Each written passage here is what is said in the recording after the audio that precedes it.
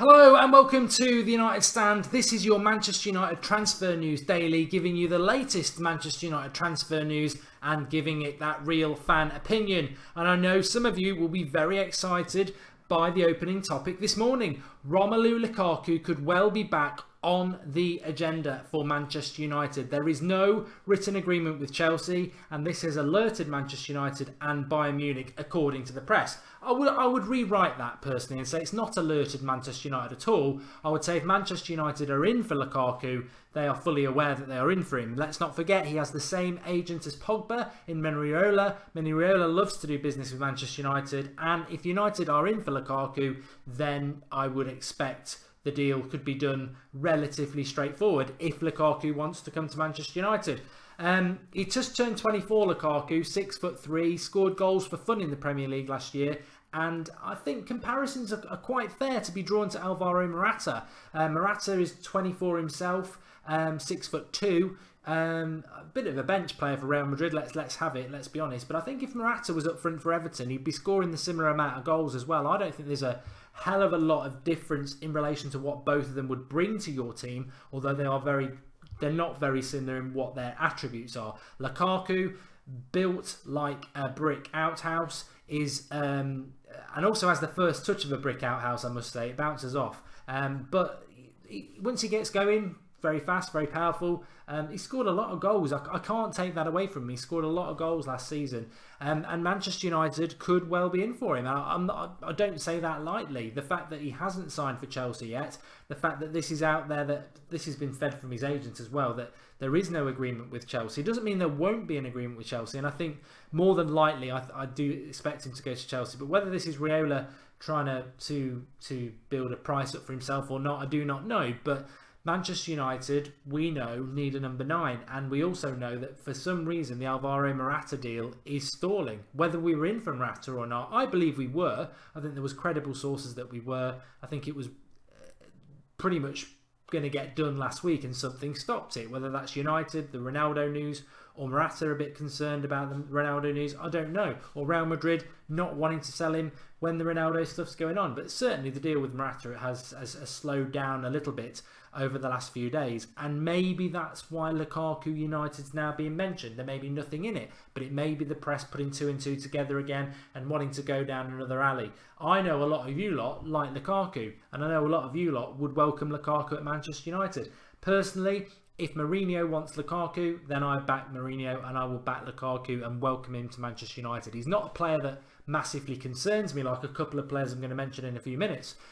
But he's not the number 9 I would go for. I've got to be honest with you. There's numerous other players I would go for before Lukaku. Aubameyang would be one. Belotti would be another. Morata would be another. And plenty of others really. But those 3 that we've been linked with, I would go with. And obviously, you know, the big one, Ronaldo, obviously. But I don't think that's ever going to happen. But better than nobody would be Lukaku. The 2 I wouldn't mind signing. If I was going to sign Lukaku, I'd be very wary that I'd want a backup striker that isn't Rashford, because Rashford's already there. I think we'd need 2. And I wouldn't mind Lacazette and Lukaku. If we got those 2, it's almost like the 2 would be the 1, if that makes any sense. I'd feel far better if we had those 2. Although I'd have concerns about them individually. Collectively, if one didn't do so well, you've got the other. My big concern about Lukaku is always this, and if he goes to Chelsea, it's their problem. 1, his first touch is abysmal. It really, really does concern me. And 2, every time he plays against United, he just disappears. He gets dealt with too easily. And you can say that's to do with, oh, you know, he's playing for a lesser team. Look, that's nonsense. Everton are always a top 8 Premier League side. They're always competitive, and the gap in between Premier League teams is on the day is relatively small. Everton can give anybody a game on their day, and Lukaku has had a lot of service from decent players at Everton. Yes, that service would go up a level at Manchester United. What people always forget is the way that teams set up against Everton is very different to the way they will set up against Manchester United. He'll get a lot more space than he does at Everton than he will at Manchester United against teams who park the bus and don't let us express ourselves. And that's what worries me about Lukaku, is that at Everton he gets more space, which means his first touch gets more space. In confined teams that park the bus at Old Trafford and you're knocking the ball into Lukaku and it's bouncing off him 50 yards, That's not what you want. Technique is very important for Manchester United's number 9 because the ball's got to go in and it's got to stick. And that's one thing with Zlatan. Yes, he had a lack of pace, but the ball stick.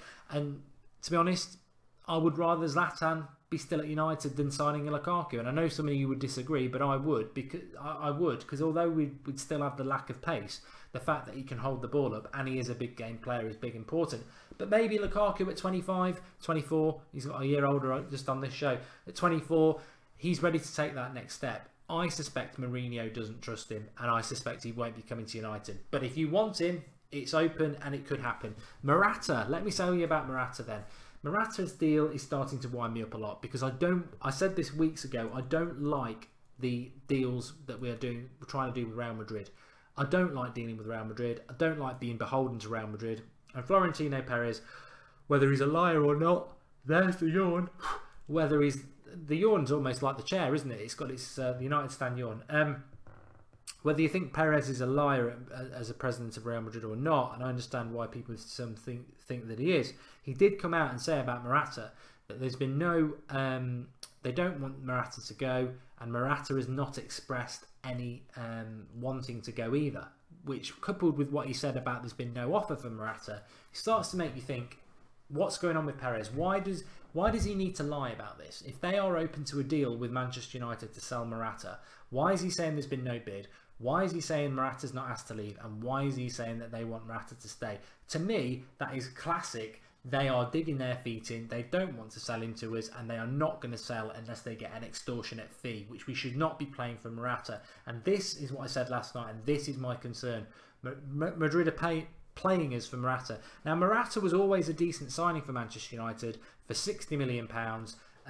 You come to United, there's a bit of a risk, but the potential is there. He's not meant to be the signing that takes all summer and we overpay for him. Aubameyang's better. I feel Belotti is as good a signing and would be easier to get. Morata is not a deal we should be spending this much time on and spending big money on. That is my concern. I'll be happy if we get him, but the signs from Real Madrid are not good. It really does look, as we suspected, that dealing with Real Madrid was going to be a pain in the arse this summer, and it's very much looking like that. Matic is apparently the player that Mourinho wants as our centre defensive midfielder, and he's trying his best to get him. Now, if this is true, it makes me feel sick inside. It really does. I would rather, for all the stick I've given him over the years, I would rather keep Fellaini as our midfielder than sign Matic. And some people will be dropping their pens and choking on their coffee about this, but hear me out. He is uninspiring. Fellaini is as well, but at least Fellaini is part of the furniture now, and we're used to him. Matic is an uninspiring signing. He's 29 in August. He's slow. I mean, I think Fellaini's probably quicker than Matic. So, you know, there's that thing. He's painfully slow. He is effective. He's good at breaking up the play. He has got a decent shot on him. But him running around Manchester United's midfield is about as inspiring as a dead duck. And I hate to say that, but he's just not an inspiring signing. And the one thing that United should be doing is, if we are going to bring players in, because you know you're always going to get it levelled at you that you're buying success, this, that, and the other. If you're going to buy somebody, you've got to inspire. And there's already United fans not inspired if we get Perisic, not inspired if we get Morata. If you go and do the hat trick and get bloody Matic as well, I mean, I don't like to be negative about players, and if we sign him, I'll back him. But I don't see the difference, and I said this the other day. I don't see the difference between a midfield three of what we had last year, of Herrera, Pogba and Fellaini, between Matic, Herrera and Pogba. I don't see it. I don't see the progression. I don't see the inspiration. I don't see much of a difference at all between them. I hope it doesn't happen. I really, really hope it doesn't happen. But in relation to Lukaku, it's quite interesting. And Morata, I mean, are we going to get a signing? Are we going to get a signing this week? I don't know. What I must add to the end is Di Marzio came out last night and said that Juventus are very interested in Matteo Darmian, and I think this goes in with what I was saying the other day, that we talk about players that we're going to sign, but let's not forget the players that we may sell and what we might generate. I mean, from Memphis and Schneiderlin in January, we generated over £50 million from two players. Darmian, I think we'd get around £20 million. Obviously Chris Smalling, if he goes, maybe another 25 million. So for all this moaning about how much we're going to spend, we might be able to bring in, you know, 50 to 100 million pounds this summer if we sell the right players.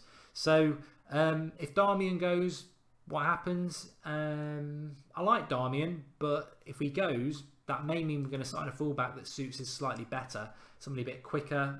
We have been linked to Semedo, maybe Mendy. Man City are going to sign Dani Alves, by the way. That's why Juventus want to sign Darmian. I mean, Dani Alves was the best fullback in the Champions League last season. We were linked to him 2 or 3 years ago. I think it would have been a really good signing. Whether he can do the Premier League now or not, I don't know. But yeah, if Darmian goes, he goes, doesn't he? Thanks everyone for watching. Drop a like on the video. Get commenting below. Let us know what you think. I mean, Lukaku is very interesting, I suppose. And the Morata thing. Give me your thoughts on Morata, because I'm getting frustrated by it. It wasn't meant to be that sort of a deal. And Real Madrid really look like they're playing us. And there's a lot of frustration. There's a lot of frustration and impatience at the moment with Manchester United, which I understand from the fans. But I just hope we aren't wasting all this time bending over to Real Madrid, because I don't like it. Thanks for watching. Drop a like and I'll speak to you all later. And who knows, there might be something live to react to today. I don't know whether there will or not, but if not, we'll be live at 8:30 tonight. Thanks for watching.